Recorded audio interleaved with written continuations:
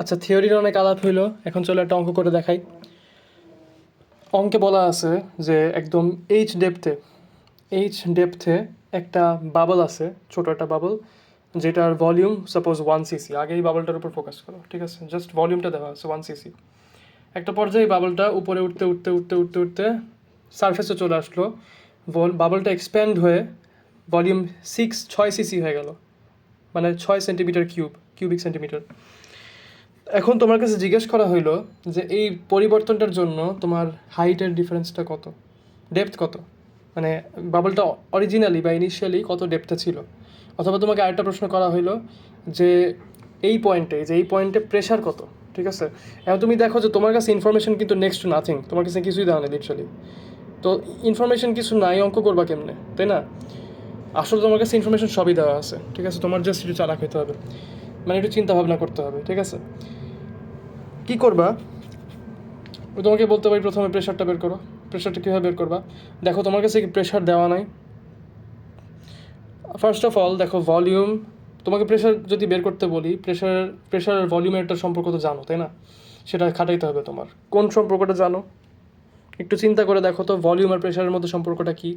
আচ্ছা, তোমাকে বলা হয়েছে যে টেম্পারেচার চেঞ্জ হইতেছে না, ঠিক আছে? এটা একটা জিনিস বলে দেওয়া থাকতে হবে যে টি ইকুয়ালস টু কনস্ট্যান্ট থাকবে এই এই লেয়ারে বা এই সারফেসে, আর এই সারফেসেও তোমার টেম্পারেচার কনস্ট্যান্ট থাকবে।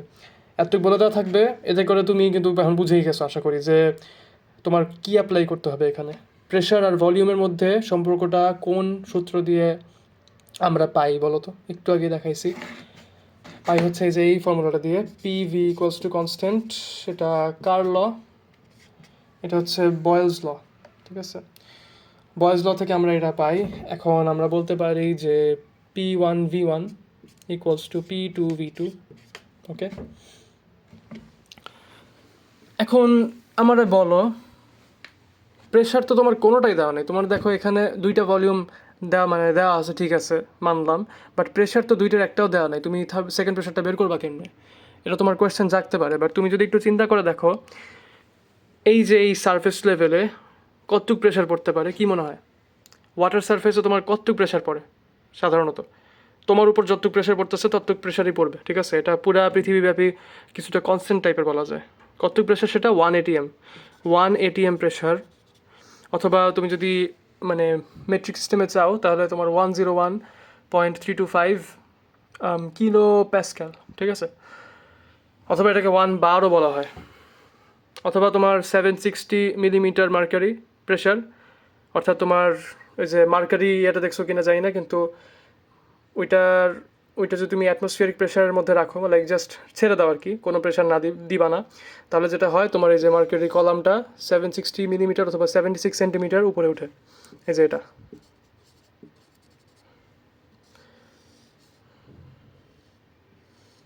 এখানে যদি মার্কারি রাখছো, ঠিক আছে?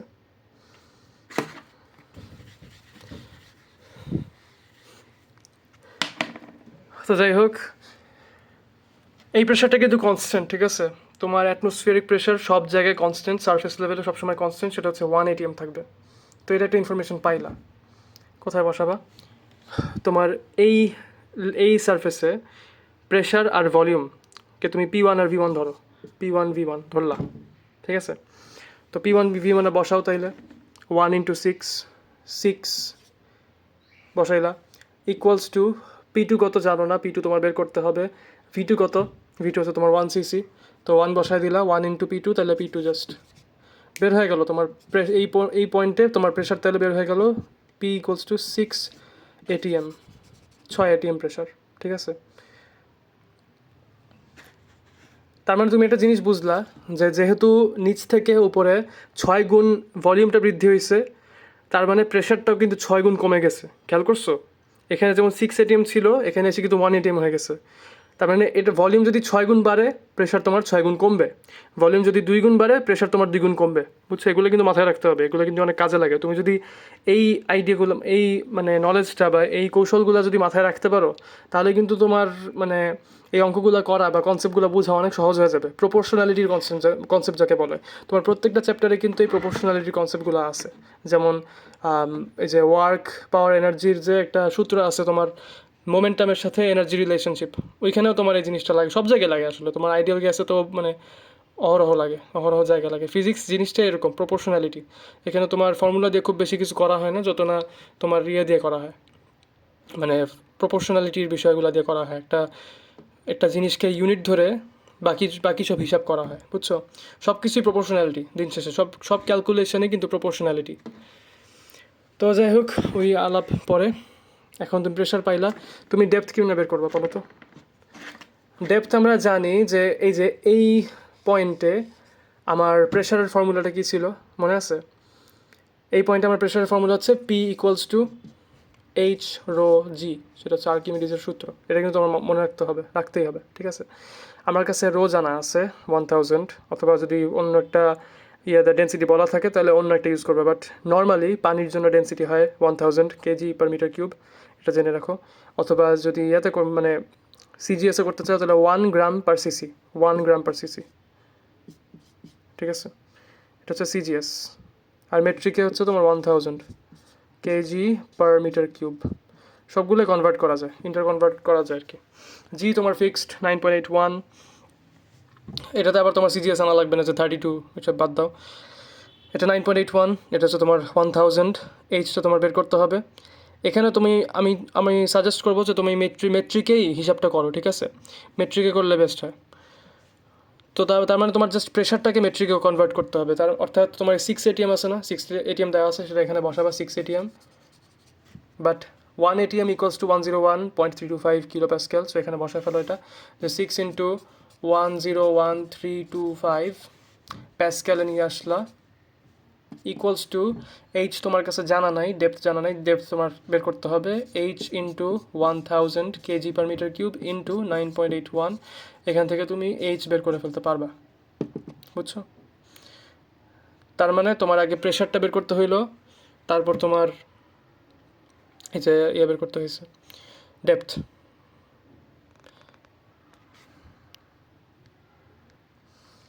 তো তোমার কি মনে হয়, অঙ্কটা কি ঠিক হয়েছে? তুমি যদি প্রেশার এসব পড়ে থাকো আগে, তাহলে তুমি বুঝতে পারবে যে অঙ্কটা কিন্তু একদমই ঠিক হয়নি। অঙ্কটার ভুল কোথায়? আচ্ছা, আমি তোমাকে কেন ভুল অঙ্কটা করাইলাম, কারণ এই ভুলটা তুমি করতে পারো, ঠিক আছে? তোমার জন্য অ্যাটেনশনের মধ্যে এই জিনিসটা আসে, এর জন্য তোমাকে এই ভুলভাবে অঙ্কটা করাইলাম। এখন ভুলটা কোথায় বুঝাইতেছি তোমাকে। তোমার এই ডেপথে এই যে এতটুক ওয়াটার বডির জন্য, ঠিক আছে, এতটুক ওয়াটার বডির জন্য, এই যে এতটুক, এটা ধরো ডেপথ এইচ, এতটুক ওয়াটার বডির জন্য যতটুক প্রেশার পড়তেছে সেটা হচ্ছে এইচ রোজি। এই যে এই পয়েন্টটা, যতটুক প্রেশার পড়বে তোমার বাবলের উপর, ততটুক হচ্ছে তোমার এইচ রোজি। এইচ রোজি এর যে এইচটা আছে না, ডেপথ, এই প্রেশারটা আসলে কি? এই প্রেশারটা হচ্ছে তোমার ওয়াটার লেভেলটার জন্য, ঠিক আছে? কিন্তু আরেকটা প্রেশার কাজ করতেছে যেটা তুমি অ্যাকাউন্ট করো নাই এখানে। কোনটা? সেটা অ্যাটমসফিয়ারিক প্রেশার, ঠিক আছে? এটা কিন্তু তোমার ভুল করলে চলবে না। তার মানে কয়টা প্রেশার কাজ করতেছে? 2টা প্রেশার কাজ করতেছে এখানে। এই যে তোমাকে যে একটু আগে লিখাইলাম পিএটিএম প্লাস এইচ রোজি, এটা কিন্তু মনে রাখবা, ঠিক আছে? পিএটিএম প্লাস এইচ রোজি। এখন তোমার এই যে এখানে যে প্রেশারটা বের করলাম 6 এটিএম, এটা না 6 এটিএম প্রেশার, এটা আসলে কিসের প্রেশার? এটা তোমার টোটাল প্রেশার, তোমার অ্যাটমসফিয়ারিক প্রেশার প্লাস এই যে ওয়াটার বডিটার প্রেশার, ঠিক আছে? 2টা মিলায় তোমার 6 এটিএম হয়েছে। শুধু ওয়াটার বডির জন্য প্রেশারটা কিন্তু 6 এটিএম না, ঠিক আছে? এই ভুলটা কইরো না। তাহলে এখন দেখো অ্যাকচুয়ালি অঙ্কটা কীভাবে করে।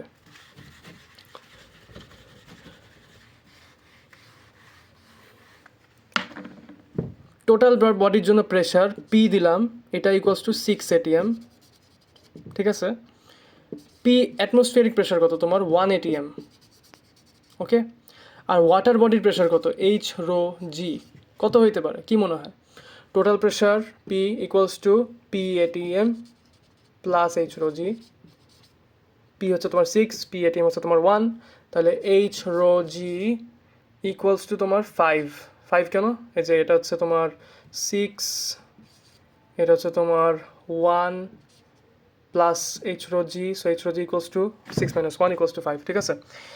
এখন তুমি বলতে পারবা যে H equals to 5 divided by, আচ্ছা 5 ইন্টু 101325 করে নাও, ঠিক আছে, ডিভাইডেড বাই 1000 ইন্টু 9.81। এখন তুমি অ্যাকচুয়াল হাই ডেপথটা পাইছো, ঠিক আছে? তো এই ভুলটা কিন্তু করবা না ভুলেও, আমি যেটা একটু আগে করলাম, মানে ভুলটা যে দেখাইলাম তোমাকে।